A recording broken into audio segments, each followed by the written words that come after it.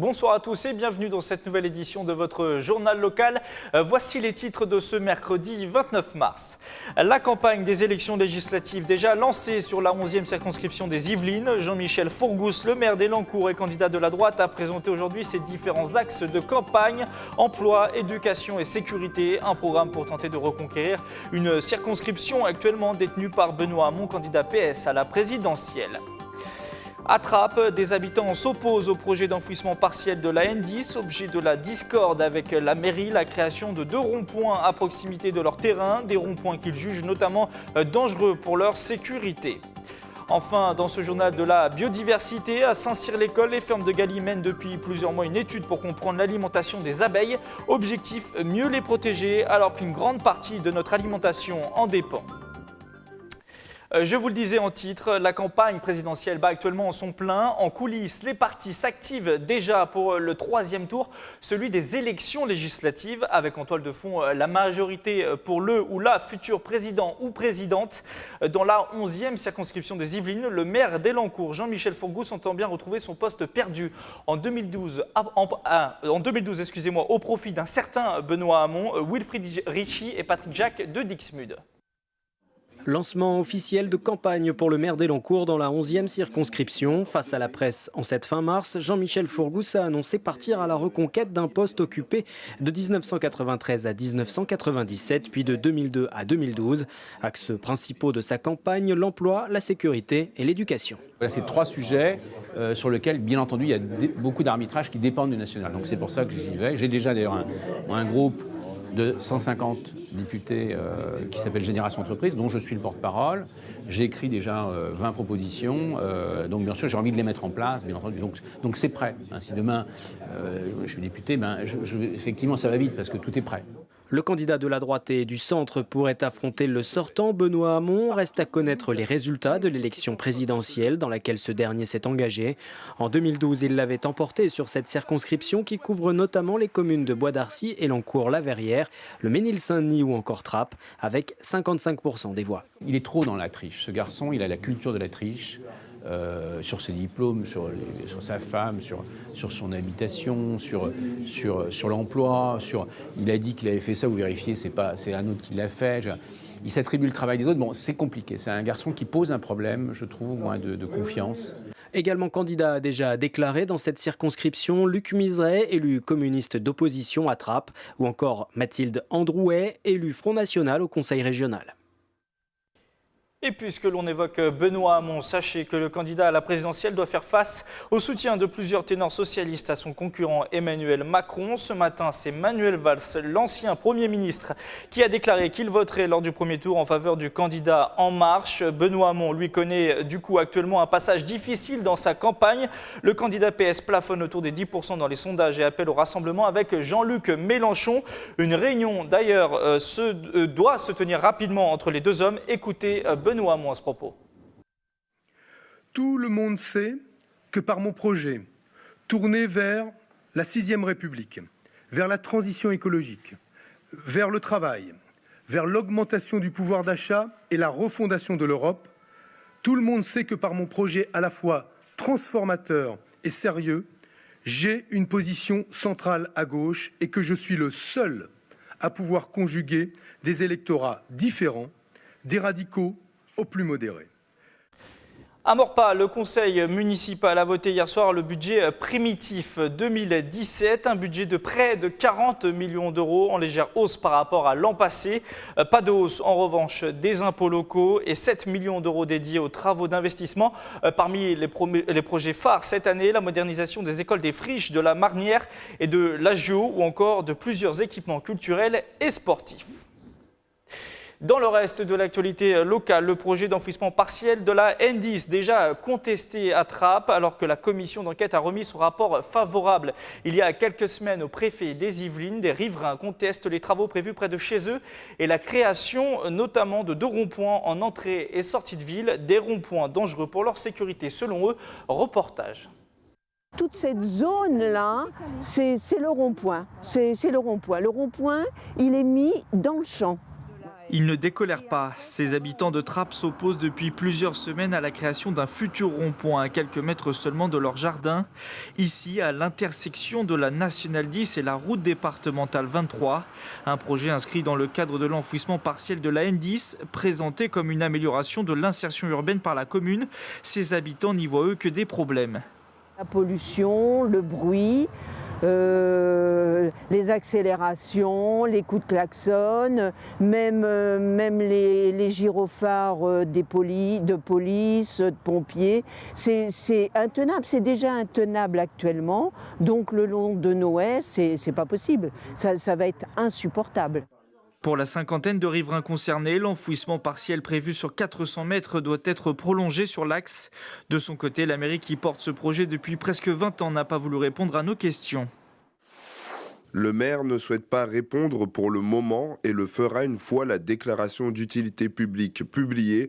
En effet, il ne souhaite pas répondre sur des travaux dont le maître d'œuvre est l'État. À Trappes, les nuisances causées par la N10 sont dénoncées depuis la création de l'axe au milieu des années 50. Jusqu'à 80 000 véhicules par jour l'empruntent en direction de Paris ou de Rambouillet. Les premiers travaux devraient débuter en 2018 pour un coût total de 95 millions d'euros.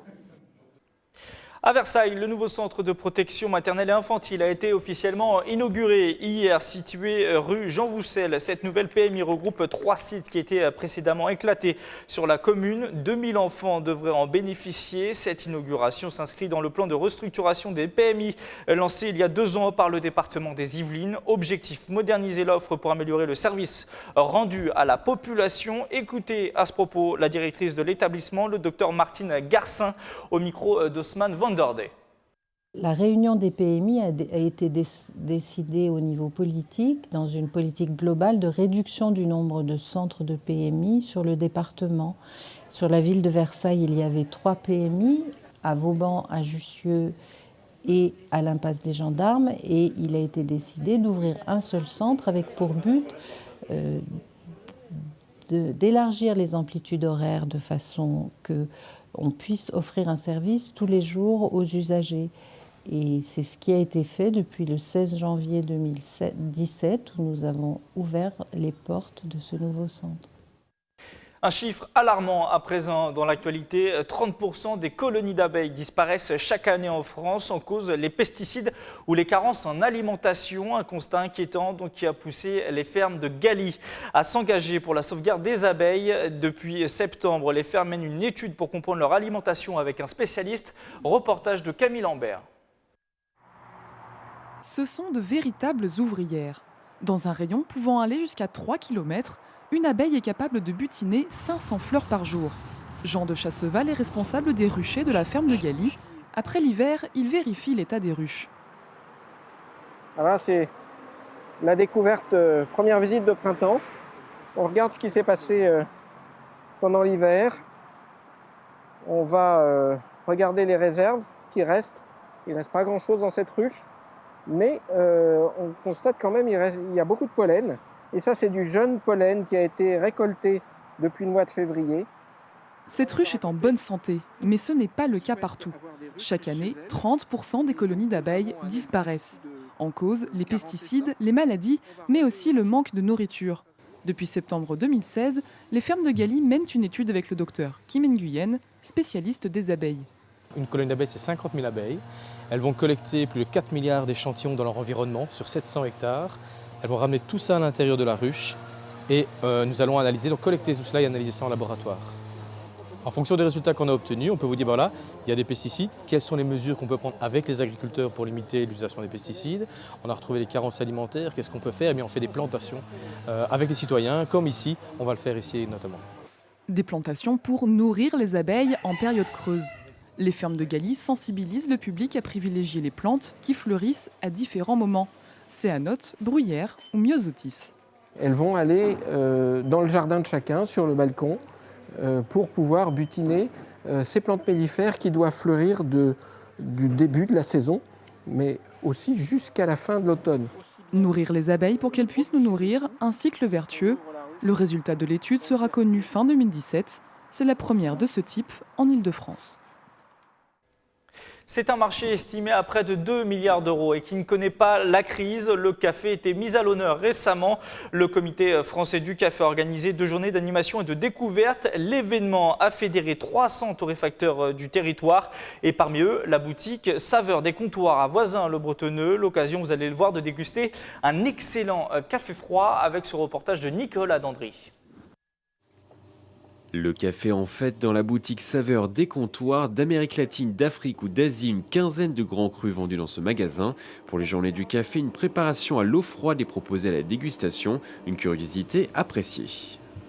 On sent vraiment la délicatesse, des arômes. On se sent beaucoup plus léger ici avec les cafés qu'on goûte.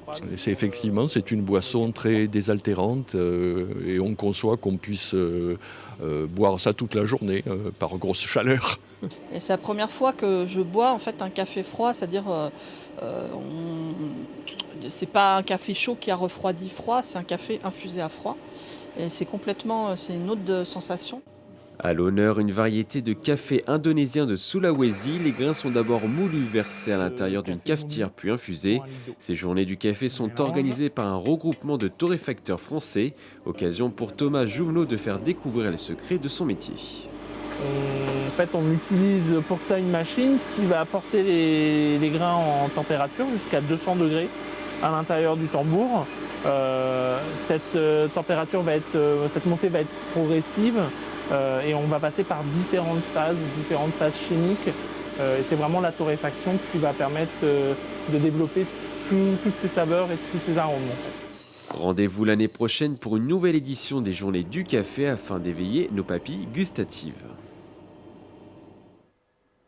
On reste à Voisins-le-Bretonneux pour refermer ce journal. Jusqu'à dimanche, la ville rassemble les lauréats des 2 dernières biennales de peinture et de sculpture. 8 artistes du territoire présentent leurs œuvres, encre, pastel, métal ou bois, tout un univers à l'espace de Coville. Parmi les tableaux à découvrir, ceux de Brigitte Whitechurch. Elle est professeure au centre Alfred de Vigny et dévoile son travail autour du papier. Je fais une première trame, une première peau du tableau avec toutes sortes de papiers. J'ai un point de départ, une idée de départ. Et ensuite, je restructure avec du fusain et je peins. Et ensuite, je recolle, je repeins. Je fais parfois des pochoirs aussi. C'est très agréable parce qu'on découvre le travail aussi, tout l'univers aussi des autres artistes. On a des échanges avec eux. Et c'est la fin de ce 7-8, le journal. Tous nos reportages sont à retrouver en replay sur tvfil78.com ou l'application TVFil. Bonne soirée à tous.